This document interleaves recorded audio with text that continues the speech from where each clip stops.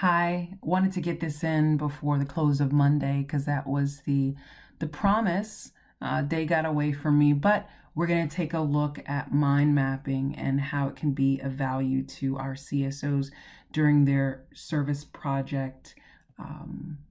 Didn't mean to put that up there. I meant to put it on the other side during their service project planning. So mind mapping, it's a graphical way to organize information. It shows relationships among pieces of a greater whole, in this case, the planning thought process of their service project. So this mind map should be created around a single concept, drawn as a single image on the center of a blank page, which we use in landscape perspective, just to give our mind the most area to cover with creative thoughts and relationships in order to really connect the major ideas, the central concept, to other ideas that are necessary, even critical for the successful execution of their service project. So we'll do this in 7 steps. Step 1, we want the students to complete a one-sheeter with the 5 W's. Accompanied with that will be some of the documents that are in their binder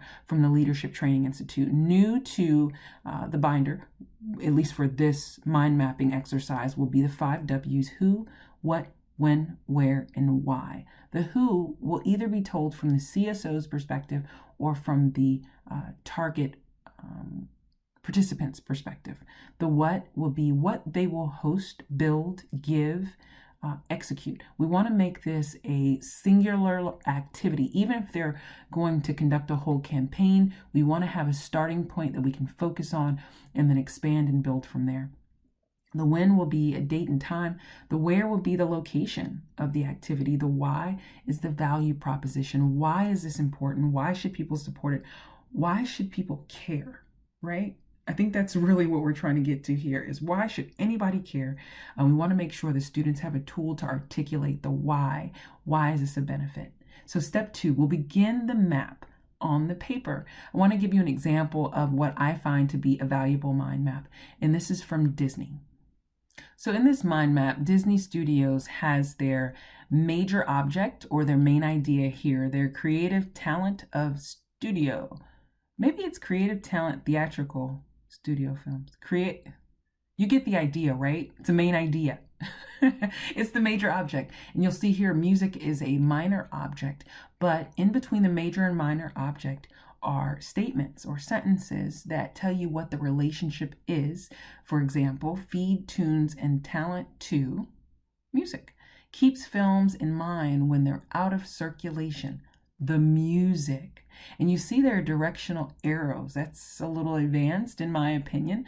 Just starting with creating the relationship between a major object or idea and the supporting or minor objects is a skill level we want to shoot for here. So in step 2, we're going to have the students turn their pages, landscape orientation, and to draw a circle around their central idea. I want to use as an example an activity Barrington did recently where Mission Barbecue in the Microsoft Store supported his AP U.S. History class in capturing the World War II and Korean War veteran stories of veterans who are still alive in honor of Veterans Day. They captured these interviews for submission to the Library of Congress. Now, there were a lot of people involved in this to make it happen, but a mind map will communicate to a stakeholder the value of the activity, and definitely it'll allow them to identify where and how they can support. So moving on to the documents within the Leadership Training Institute binder that we'll take a look at in tab 2, right here, the Write an Action Plan pitch.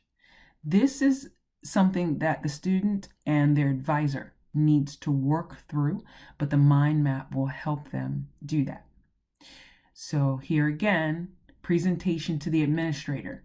We can fill these answers out one by one, or we can fill it out and then look at our mind map and improve upon, or for those students who hadn't filled this out yet, we can just use the mind map to base the answers off for these open-ended questions.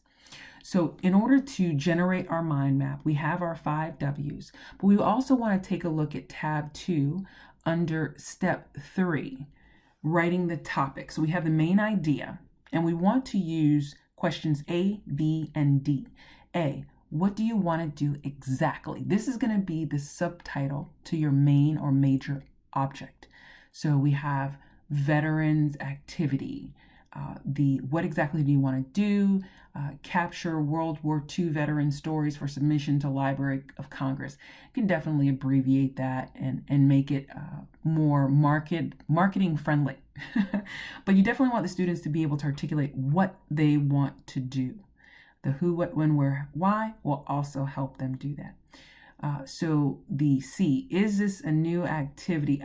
Correction, B, are there other resources or things you need to consider about this activity? Yes, these are actually some of the minor objects that will be physically on the mind map. And D, are any mentors, master teachers, or CSO coordinators involved in the action plan? Again, these are minor objects that you want to place on the actual mind map and draw a circle around them. Proportionally, they should be smaller than the major object. And then when we move on to the next sub-step, in step 2, we will actually start to identify where we can make the connections between the major and minor object. So I drew up what I consider to be the base of the mind map for the Veterans Project. It's not beautiful, but I definitely think that it will help you visualize what I'm proposing here and what Barrington will share with the other CSOs at the cabinet meeting.